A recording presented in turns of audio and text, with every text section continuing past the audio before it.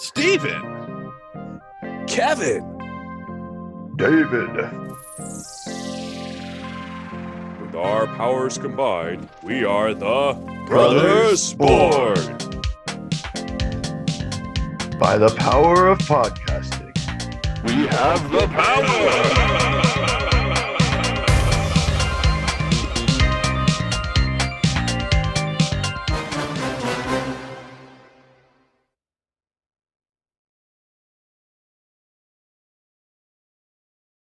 Hey, dudes. Hey, dude. Welcome back. It's been a little while, brothers, but we're together again, finally, for this new episode of Brothers Born podcast. You know, last time we talked about zombie apocalypse when all three of us were together. Then we took a little detour and did Unlikely Throwdown with a guest, Brendan. But today we're here to continue our apocalypse series. And somehow we went from a zombie apocalypse to a dinosaur apocalypse through my genius mutations of an egg thing, a dinosaur egg, and we created I caused the dinosaur apocalypse. And I want to talk a little bit more about that, but in a spirit you were of, wearing your lab coat when it happened. I was wearing my lab coat, yes. The one that was supposed to save all of us. I was running And now you just statistics. created a new apocalypse instead of helping all of us. But that's all right. But in a spirit of trying to get ready for, get us amped, I'd like to reflect on previous franchises that tried making a dinosaur apocalypse. Dave, why don't you start us off with one? Jurassic Park. It's a good one. I was at the movies yesterday and I saw a trailer for the new Jurassic Park that's coming out. I think it's supposed to be like Uncharted yesterday, and there was Oh, so did I. We're like on the same wavelength. Think of that. But the new Jurassic Park kind of looks pretty wild. It looks like the Avengers Endgame of Jurassic Park. But anyway, so there's that one. Jurassic Jeff Park, of course. Goldblum's in it, so it's going to be awesome. Of course, that's the first one most people think of. I thought of one. I never actually played this game, but there's a game on PlayStation called Dino Crisis. So I remembered that. It's made by the same people, Capcom, that made Resident Evil. Kevin, what do you got? Also in the video game realm, Turok. Nice. I forgot about that one. Turok 2. We even talked about that previously on the podcast episode. Yeah. Dave, go ahead. Jurassic Park: The Lost World. Is that the second one? I think that's the fourth one, but where Chris Pratt starts joining the franchise. All right. There's actually a youth novel called The Dinosaur Apocalypse. I never read it, but I looked it up. I was like, oh, that pretty much spells it out right there. It's got to be what it is. So I can't think of the name of it, unfortunately, but I did read a book about a dinosaur apocalypse. I can't think of the name of it. I just know at one point there was a T-Rex on the moon. It was really bizarre. And then there's like this time traveling thing, and it turned out like some priest guy went to Mars, and like it was a really wild book. I can't think of the name of it. If I remember it, I'll let you know. David, go ahead. Jurassic Park 2. You might win this one because I only got one more. I still got three more here, buddy. Keep going though. Wasn't there an old TV show called Land of the Lost where there was like a bunch of dinosaurs? Oh yeah, I don't know if it's really an apocalypse situation, but there were a lot of dinosaurs. Hey, we're stretching here, okay? Of course, Dino Crisis wasn't really either. Jurassic Park 3. I'm done with this. What about the Flintstones that they kind of worked with? I know it was when dinosaurs were still around, but they worked together with the humans. The dinosaurs did. I don't know if there's ever an apocalypse situation, but they did help out the humans. So I guess that's the opposite of an apocalypse. Never mind. But needless to say, I think we're just naming things like dinosaurs. It's still pretty cool when you think of all the jobs the Flintstones made those dinosaurs do. Hey. Maybe eventually they revolted and started an apocalypse. Possibly. You're speaking of non-apocalyptic dinosaur shows. I think Jurassic Park World Part 2. I think, David, maybe you know a little bit about this, but one of the greatest dinosaur shows, not really an apocalypse, Dinosaur Train. Mm-hmm. What was that old claymation Dinosaur show? Train is awesome. That show still confuses me. I think it just picked two things that little kids are interested in: trains and dinosaurs. And they're like, let's make it into one show. And there you have it. What was that claymation show that had dinosaurs? Those way back in the 80s or whatever. There's a Christmas special where the dinosaurs are the MCs of the different Christmas songs. Maybe that's what I'm thinking of. Yeah. All right. Well, moving on. Look at Kevin drinking his fancy hot drink while we. That was Steven drinking a fancy hot drink. Oh, it's just water, actually. It's a cute mug, though. Anyway, sorry. A dinosaur on it. Just like my face. So cute mug. So with the dinosaur apocalypse, of course, we talked about the zombie apocalypse. Likelihood of it happening. What do you guys think? Zero. Absolutely zero on this one for me. Are we going 1 to 5, right? If I remember from last time. Just because, for science sake, Steven, you should appreciate this. I'm going to put it at a 1, but still extremely unlikely, but not as unlikely as a zombie apocalypse in my mind. Yeah, I'm going to go with Dave on this one. I'll give it a 1. I think a zombie apocalypse might be more likely, but I'll give it a 1. So all interesting. Right. I know we're talking about how it started. It's because of my egg experiment, but in one of these franchises I looked up, you're not going to guess how the dinosaur apocalypse started. In Dino Crisis, some guy opened a time portal and dinosaurs jumped through it, and that's how the dinosaurs came to be. Yeah, that book I was talking about was like time that. Portals are never good in anything that you watch them. Maybe we should do a time apocalypse. Anyway, I did have a question. We're talking about dinosaurs, and I was thinking in the realm of dinosaurs, there's been another big lizard, Godzilla. Are we incorporating like giant monsters? No, just dinosaurs. Okay, giant monsters. But I have one thing I just thought of that sort of is in the same realm, but really happens, and I want to ask Steven about this real quick. I heard that in Florida in the wintertime, like if it warms up real quick, iguanas fall out of trees or something because they're like hibernating up there, and if it gets too warm, they fall down. Is this true? People keep asking me about this. Yes, I think it is a thing. I've never seen it myself, but I've seen iguanas like in trees before. But I guess if it gets cold, they fall out of the tree, and that's that would feel like a dinosaur apocalypse. But anyways, go ahead. Sorry. So how survivable is a dino apocalypse? See, because I was kind of putting some thought in this. Now, if we're looking at, like, of course, in our narrative aside from us discussing apocalypse, the zombie apocalypse already took place, but like, let's say that there wasn't a previous apocalypse; it was just a dinosaur apocalypse. Sure. How survivable do you think this would be? Like, I really think this one you could make it through. Honestly, I mean, we have cities. I know there's big, scary, freaky dinosaurs out there, but I don't think dinosaurs are always just going to go and try and eat people. They're going to eat each other. They're going to eat other things. Yeah. I mean, there will be some issues for sure. There will be people who die because of dinosaurs, but I think overall, like, big cities are going to be safe because like they're going to be able to barricade from dinosaurs, or we might learn a way to live peaceably with dinosaurs. That's another reason I have it at a 0. It's just like, yeah, they might exist, but I mean, I live with alligators down here in Florida, and they just leave me alone. So, I mean, alligators aren't T-Rexes. I'm saying. I know, but I think you have a fair point. You also have to think of like the T-Rexes are going to be going after the Brachiosauruses or the huge. And those big dinosaurs wouldn't really do anything to humans. They might accidentally step on a couple here and there or smash some cars, but they're not very smart. So I don't think that they would.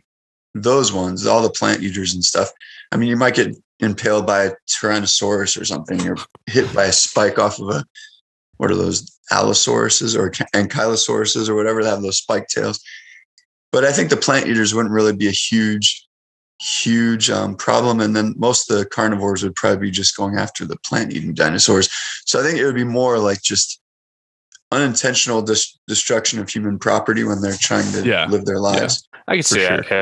And also, I think if you moved, I mean, this would be tough for people that were like off in the islands and junk. But if, like in America, you just move up to where it's cool, most dinosaurs don't live there, correct? Or am I wrong? Well, there's some dinosaurs. There's like a species. The Ice Age killed them all off, though, man. Yeah, but I mean, there's some cold weather dinosaurs. Like there's a species of Troodon that lived like up in Canada and stuff.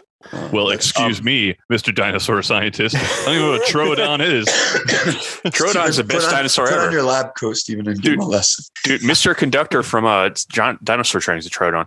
But anyways, No, I'm thinking like, okay, if it just happened like a normal, like there wasn't a previous apocalypse. Of course, our defenses against dinosaurs would probably be pretty easy. I mean, if there is a T-Rex and we have a tank, I mean, obviously the tank's going to win. Yeah, for sure. I do think, there'd probably be a few people get eaten here and there, but yeah, the most dinosaurs of them would be idiots then, anyways. And true. It'd be like those storm watchers, but the dinosaur watcher versions.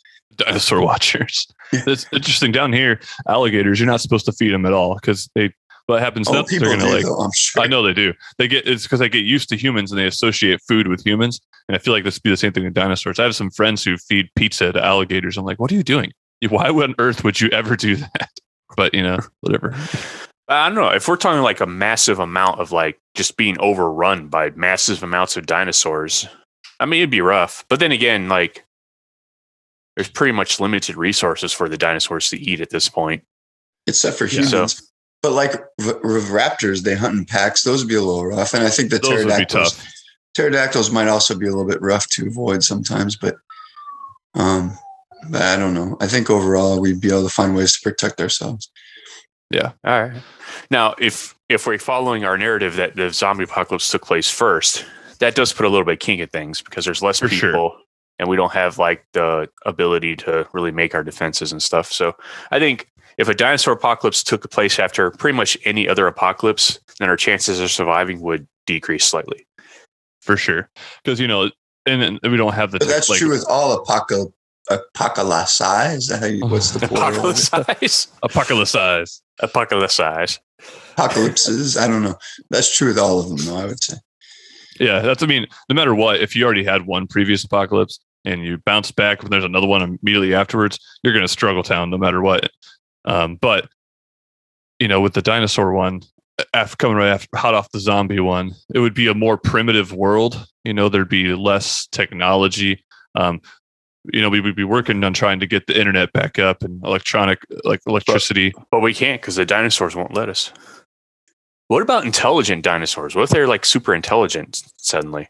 Then we'd be screwed for sure. This is why maybe we should have put a robot apocalypse first because the robots would have torn down our technology and the robots could have made technology that like big helmets for the dinosaurs to wear that would like tell them what to do. I think I've seen that somewhere too before, like where a dude's riding a dinosaur that has like a Dino Riders. It was a toy. Dino Riders. I remember that. That sounds awesome, man. There's so much more dinosaur stuff. This would happen. Like we would have the robots that we created that. Then the zombies could ride the dinosaurs, and the dinosaurs would have. Well, that's not the order we went in. So okay, all right. Well, that would go for what you got. Though. It would have been a different world entirely, man. That's all I'm saying. And by the way, we forgot to mention Jurassic Park 3 when we were listing our movies there. I mean, Jurassic Park had the raptors, and they were pretty smart. The guy's all like, "Clever girl," and then he like gets eaten up. Well, Chris Pratt was like, you guys remember when Newman got ate up? Newman from Seinfeld. That's the best part of Jurassic Park. You hear a theory that guy and that got eaten up by who's played by somebody in Seinfeld is actually a like the what's his name from Goonies, the fat kid from Goonies. Oh, Chunk. Yeah. Oh, it's the same person. I hadn't heard that. Yeah, because he wears the same like his clothes that he wears in Jurassic Park are all outfits from the movie Goonies. Did not realize. I'll have to check that out. Chris Pratt in the new Jurassic Park, he sort of establishes a relationship with these raptors. Like he's able to like talk to them and train them. I mean, does he ride them? I haven't seen any of the new ones. But he goes here, and then they both stop. That's true. Yeah, he controls them with his hands. But if you think, like, it probably took humans, you guys probably know more about this, but I imagine it took us a long time to domesticate animals that are domesticated, dogs, cats. So you probably could do the same thing with dinosaurs if you're brave enough. It might take a while. Now, some animals you just can't domesticate. I would think dinosaurs would be in that realm. Like, for example, you can't domesticate a coyote, for example. Maybe some dinosaurs. Or maybe the tigers that are domesticated, they still ate up Siegfried's face, or was it Freud's face? I don't remember, but you thought those tigers were domesticated, but they weren't.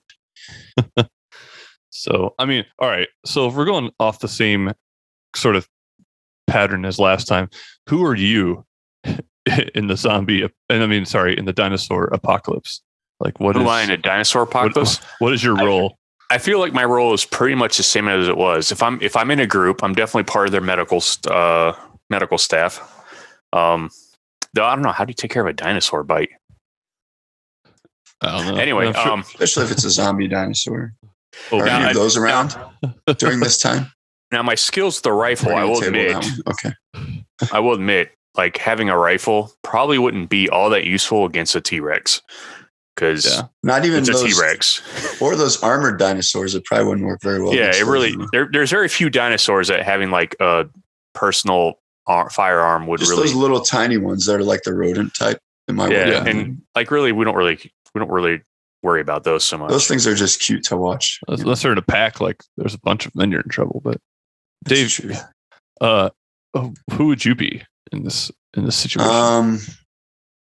I hate to keep going back to this, but I think I would be the dude that freaked out and just ran away and got eaten by a dinosaur. That'd be the end of me. But you mean what job would I have? I think I have better. Dave's like that lawyer guy in the first Jurassic Park movie who gets eaten while sitting on a. My thing is though, I think I might survive this one a little bit longer than the zombie one because I don't think the dinosaurs would just start appearing as quickly in many different places as the zombies, because zombies can just, you bite them, they turn to a zombie and you have more. Dinosaurs probably have to hatch from their eggs that Steven invented and then grow up or whatever. So I think eggs. For me, when I saw the dinosaurs, I'd be like, it's happening. And then I'd try to call you guys or whatever, maybe. And then I'd just go somewhere away from the dinosaurs. I will say, because we established earlier in the zombie apocalypse, I would be that guy that would get bitten but not tell anybody. That doesn't work with dinosaurs. If you get bitten by a dinosaur, it's kind of hard not to tell somebody because you're probably dead. But would you have a pet dinosaur? For sure. I would have a pet dinosaur. You wouldn't tell anyone about? Well, I mean, I have eventually grows big and starts eating people. That would definitely be me. Because I mean, I have a bearded dragon, which is it's a reptile. It's like a dinosaur. What do you have in that case, Kevin? Oh, this is my surprise. What kind of dinosaur would I have, though? It depends on what kind of dinosaur. Because some dinosaurs are basically just giant chickens. That'd be pretty sweet. So this is just my chickens. Okay. My chickens. Then halfway through the ride. Why does your chicken have such large talons? I don't know. My brother genetically mutated it with his eggs. Speaking of, in this situation, I would stop pretending to be a scientist. I would be a normal person. Probably I want to sever the connection between me and this apocalypse entirely. So that's what I'm talking about. That's what I would do. It seems like, when you see like Jaws and stuff, and there's a guy who's like, "Oh no, we need there's no danger. There's no danger here." That would be Steven. He's like, "Yep. Oh, it's just some eggs. It's fine." So I'm no longer a scientist. I threw away my lab coats. That's all evidence. All the evidence is gone now. So in the sake of our narrative, you're sitting on your island. You threw out your lab coats. Yes. And people are like, "Hey, Steve, why'd you invent these dinosaur eggs?" And you're like, "That wasn't me. That wasn't me." And I'd be like, "Well, that's what I do." He'd become a drifter. I would just whenever they ask me that, like, for pennies for food, "What'd you do to your eggs?" I'd be like, "Well, let me ask you this: what came first, the chicken or the egg?" And then just people mic drop and get out of there, rip off his limbs, and feed them to the dinosaurs. He starts making Three Stooges noises. Whoa, whoa, whoa, whoa. There it is. Off. I would pretend to be, what is that? Like totally aloof, like a goofball, like, oh, and making. I'd be not a scientist anymore. That's for sure. So Steven's on this island, avoiding confrontation, trying to find a boat to get off of it. And this leads right into our next discussion. Where would you go in a dinosaur's apocalypse? Personally, I'm staying in my zoo for now. I've become king there. I'm the ruler of my apocalypse zoo. So at a zoo, I guess if you have other animals to protect you, zombies they're all aren't dead. Remember, I either ate them or we already ate all those. I thought you had some zombie tiger running around there. No, the tiger was that just what I hoped happened? That was just what I hoped would happen. There's no more zombies, so now my animals are probably starving, and since I let them loose, they're fighting each other, and now dinosaurs are coming in and getting in the mix. So I'm just watching I'm watching an all-out Mortal Kombat, kind of like that game with the dinosaurs that fought each other. Was it Primal Rage? I got that going on in my zoo. I got that going on in my zoo. So if you guys want to watch some throwdowns between animals, come check it out. Come to my zoo. I feel like a zoo would be the worst place to be if the animals were still in cages, because I feel like the dinosaurs would go there and the animals wouldn't be able to get away from. But maybe if your animals are going crazy and you've lost all control, then it might be an okay place to be for you. I don't know. I'm Lord of the Zoo. It's me and my people. That is Kevin's name now. We're dressed. Both of my brothers have lost their minds, and I ran away, and I'm still living the high life with my family up in the north. We'll say Northwest Territories. Because dude, your wife's family's from Canada, so yeah. And I think I would survive pretty long and being in the country where I was, where I work or whatever. But I think eventually we'd head up north to colder climates. And people would ask me about my two brothers, and I'd be like, who are those? I'm not sure. Like David Bourne, aren't you really that crazy zoo guy? No. Who's having death matches between dinosaurs and mammals? Didn't your other brother create this whole situation? Like, no, I don't know those guys. With his lab coats. So I want to say they're trying to teach my music. I'd be getting off the island. I would try and find some sort of like fortress or big city that's defended. And I think that's where I'd go for the dinosaur apocalypse. I feel like it's a pretty safe place because there's lots of resources and things to kind of fight back. That's where I would find myself. And I've taken on a new identity as an entertainer. You put a fake mustache on. I did. I put a fake mustache on, and now I'm like Esteban Flores. That's your new name, Esteban Flores, and I'm doing magic tricks for people. I've been trying to get into that lately. But isn't your magic trick with the egg what caused all this problem? See, don't you ever learn? That's Stephen Bourne's problem. This is Esteban Flores, though. Okay. But yes. So where we're at now is Stephen ran away from his island somehow. He found himself a nice fortified city holed up with a small community of people, and he changed his name to Esteban Flores, and he's doing magic tricks to entertain the children. Let me make it abundantly clear that I no longer have lab coats, but I definitely have a cape. So he has a cape. He has a cape. You have a novelty tie that spins around or a flower that shoots water out or something. I got it all, man. I got whatever I could obtain in a zombie apocalyptic world. Keep going. So David's up north, living pretty much a normal life with his family.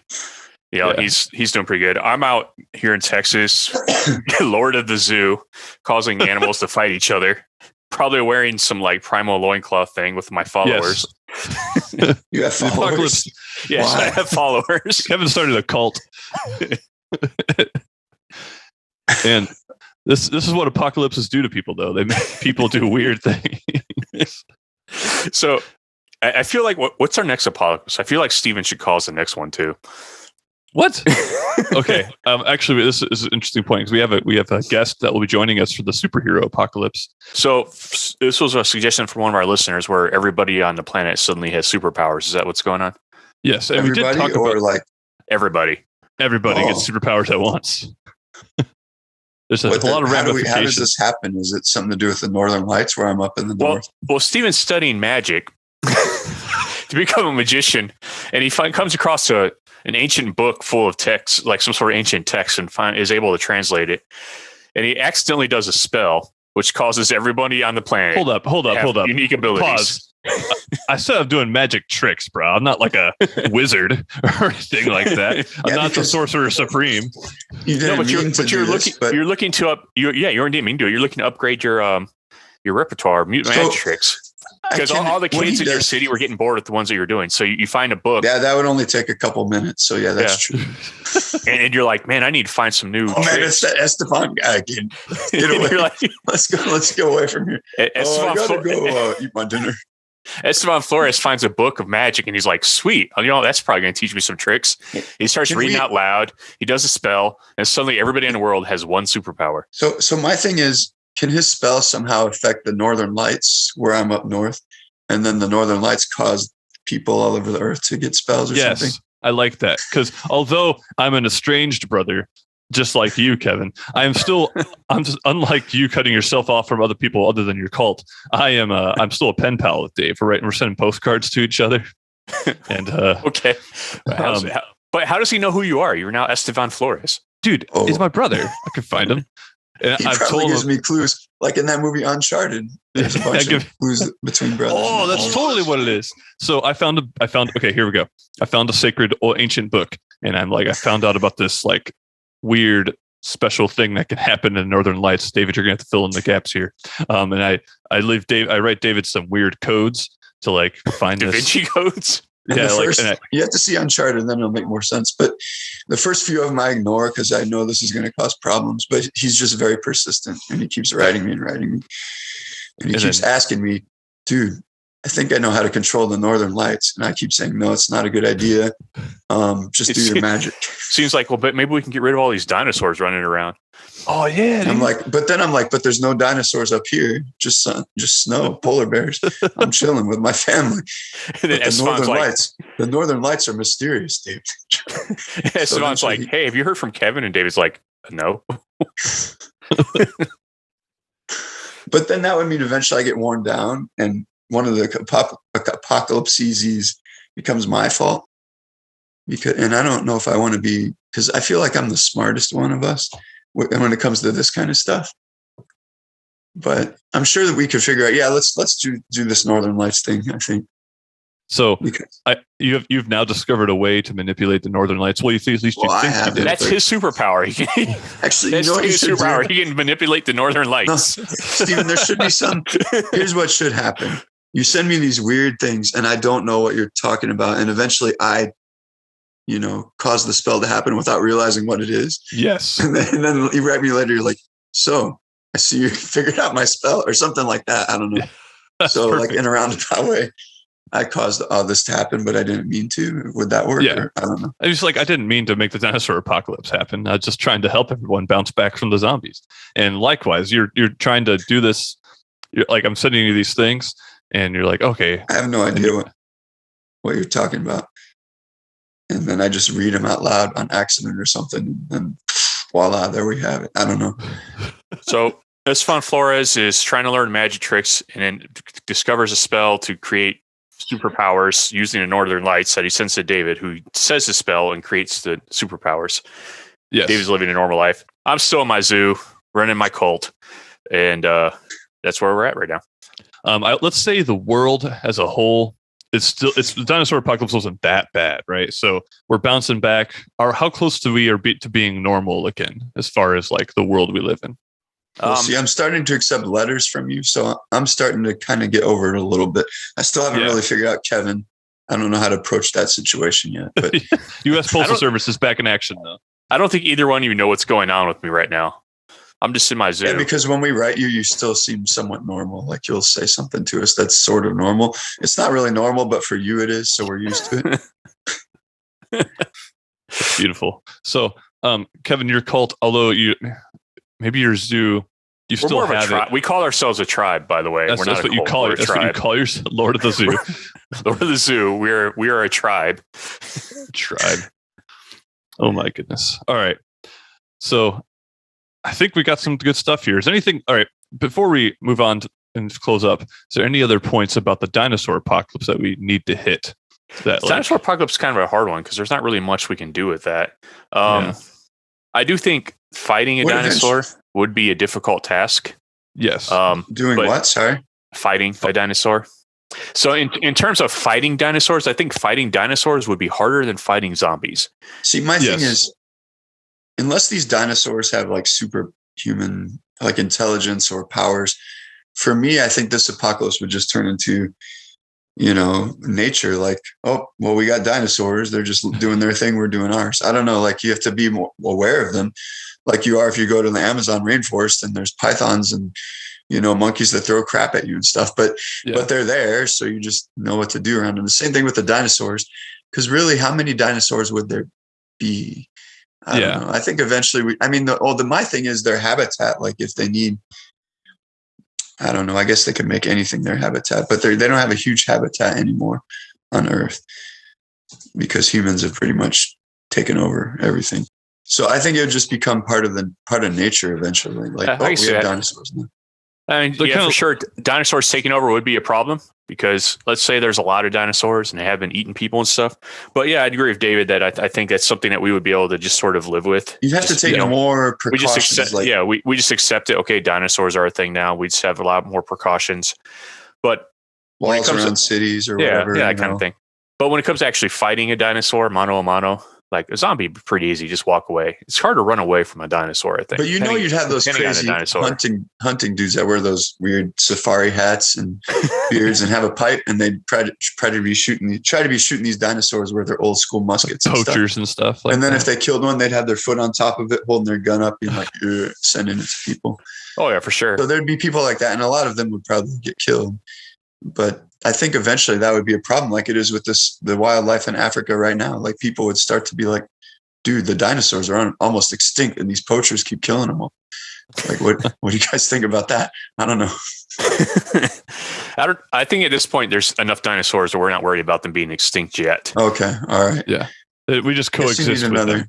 Yeah. Okay. We're just very, very cautiously coexist with them. Every once in a while, dinosaurs eat people. They eat people pretty regularly. Just like every once in a while, you have a shark attack or whatever. Yeah, I think because of the number of dinosaurs. I think because of the number of dinosaurs in a situation, dinosaur attacks are probably a pretty regular thing. I do think also, but we'd be able to adapt to it. Don't you think also the dinosaurs might cause some other animal species? Like it might affect the whole. It would wreck the ecosystem for sure. Like bears would be gone. Deer would probably be like all our normal because dinosaurs would eat them if there's a lot of dinosaurs. Maybe they taste better than a Brontosaurus does or something, or Brachiosaurus. Sorry. It's sweeter meat. So our wildlife at this point has pretty much been replaced with dinosaurs. Other than like insects and fit. Yeah, I mean not replaced, but there's definitely going to be a lot more. Like it'll be weird because originally dinosaurs were extinct and all these other species came. Now it's going to turn the tables, like dolphins will be extinct, but here comes that weird swimmy dinosaur that looks like a dolphin with teeth. So I don't know.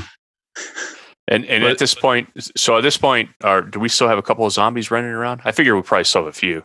Well, you couldn't kill them all, but I mean, it's probably more of an underground movement where it can be controlled. Now, I want to just pose David earlier. I'm not sure if you caught it, Kevin. David posed a really interesting question. I did. Zombie dinosaurs. Oh, yes. I think the dinosaur apocalypse in general, like if you had super intelligent helmets they wore, would combine with robot apocalypse, they'd be rough. Or if you had zombies that somehow turned them into zombie dinosaurs, that'd be rough too. I think the dinosaur apocalypse could be combined with others in a very effective way. But we can't do that now, really. Well, it still might happen. So, but What are your thoughts on zombie dinosaurs, though, Kevin? I think is what Steven I don't know, because I think it depends on how you look at it. Most zombie fiction kind of only humans become zombie. So, I don't know. If I Am Legend. His dog, man. He had to kill his dog because his dog was turned. I did read a book where any animal over the weight of 40 pounds could become a zombie. Interesting. So, dude, I just told you where it happens, though. In I Am Legend, the dog actually starts to turn, but then that's what I'm saying. So we'll go with that as a criteria. Like, like cats and stuff aren't zombies, but like bears and dinosaurs can be zombies. Oh, okay, gotcha. That'd be I don't know. Intense. Now, some of the last thing of all the dinosaurs that you know of, which one do you think you would, if you had to fight one, which one would you want to fight in terms of like, I could probably survive this? If I had to fight one, that little one that looks like a chicken running around, I would just like a microraptor. I don't know what they're called, but they're little, like this big, and they run around like chickens. That's who I would fight. I would just beat him with a hammer or something. Whatever the world's smallest dinosaur is, I just looked it up. Looks like it's called Ocleoditis. Yep, that's the one. I would Gray. I would fight those ones. Whatever that thing is, I could kick it. Definitely don't want to. Maybe small could be bad though, because whip around you and climb up your back and crap. Oh, that's true. Maybe I would just fight. I don't know. What do you guys think? Because I have one more question. We only have 3 minutes. I would go from like a microraptor, like a little one. Probably microraptor. Okay. What about you, Steven? Whatever that small one is, I could step on it, or like Now you see it. Now you don't. There it is. Esteban Flores. Or you would pull it out of a hat. So if Esteban Flores is using magic to help defeat dinosaurs, and I'm in a tribal society, can I please have a dinosaur that I train to ride? I really want to ride. Well, that's what I'm getting to next. So one more question. We already found the one we want to fight, but obviously we'll find a way to domesticate some of these. So which dinosaur would you want to have as a pet? Troodon. I'm going with Troodon because they're like intelligent and they're got those big claws. But can you ride it? You can't ride that though, can you? Well, see, the thing is, like from original, like Jurassic Park movies, the raptors are actually more like what a Troodon would be as far as intelligence and size. So yeah, that's what I'm going with. I'm going to ride it. I'm riding myself a Troodon. I got a pet Troodon. That's my steed as I advance my tribal people into other territories. What about you, Steven? What would you want? I think I'd want a pet pterodactyl, honestly. Lands awesome. On your arm like a peregrine falcon. I would love that. You can send that's how you send your postcards to me. His name is Peter the pterodactyl. I don't know what I would want. See, I probably would end up with a tiny one because that's the only one I would be not scared to have. But I think it'd be cool to have a pet triceratops. That would be sweet. Ride that thing around. Yeah, but then think of all the like if you had to clean up after it, that'd be some big crap I'd have to clean up. And my kids would never do it like they don't do with our animals now. So I would be having to clean it up all the time. It's a post-apocalyptic world. You can just leave the crap there, bro. It's all good. Yeah, maybe it would fertilize my lawn. Yeah. Well, all right, this was interesting. Maybe dinosaur feces have some kind of magical way of making crops grow better. That could be a way we could sustain ourselves with food during the dinosaur apocalypse. Call. Yeah, this dinosaur fertilizer is magic, and like it's just like it's exponentially better than any other manure we've had in the past. And Kevin's a psycho, so he probably like rubs it on his face sometimes. I use it as war paint for my tribe. That's awesome. All right, dudes. We'll look forward to catching you. He has a language he developed. Time's up. All right. We'll talk to you guys until next time.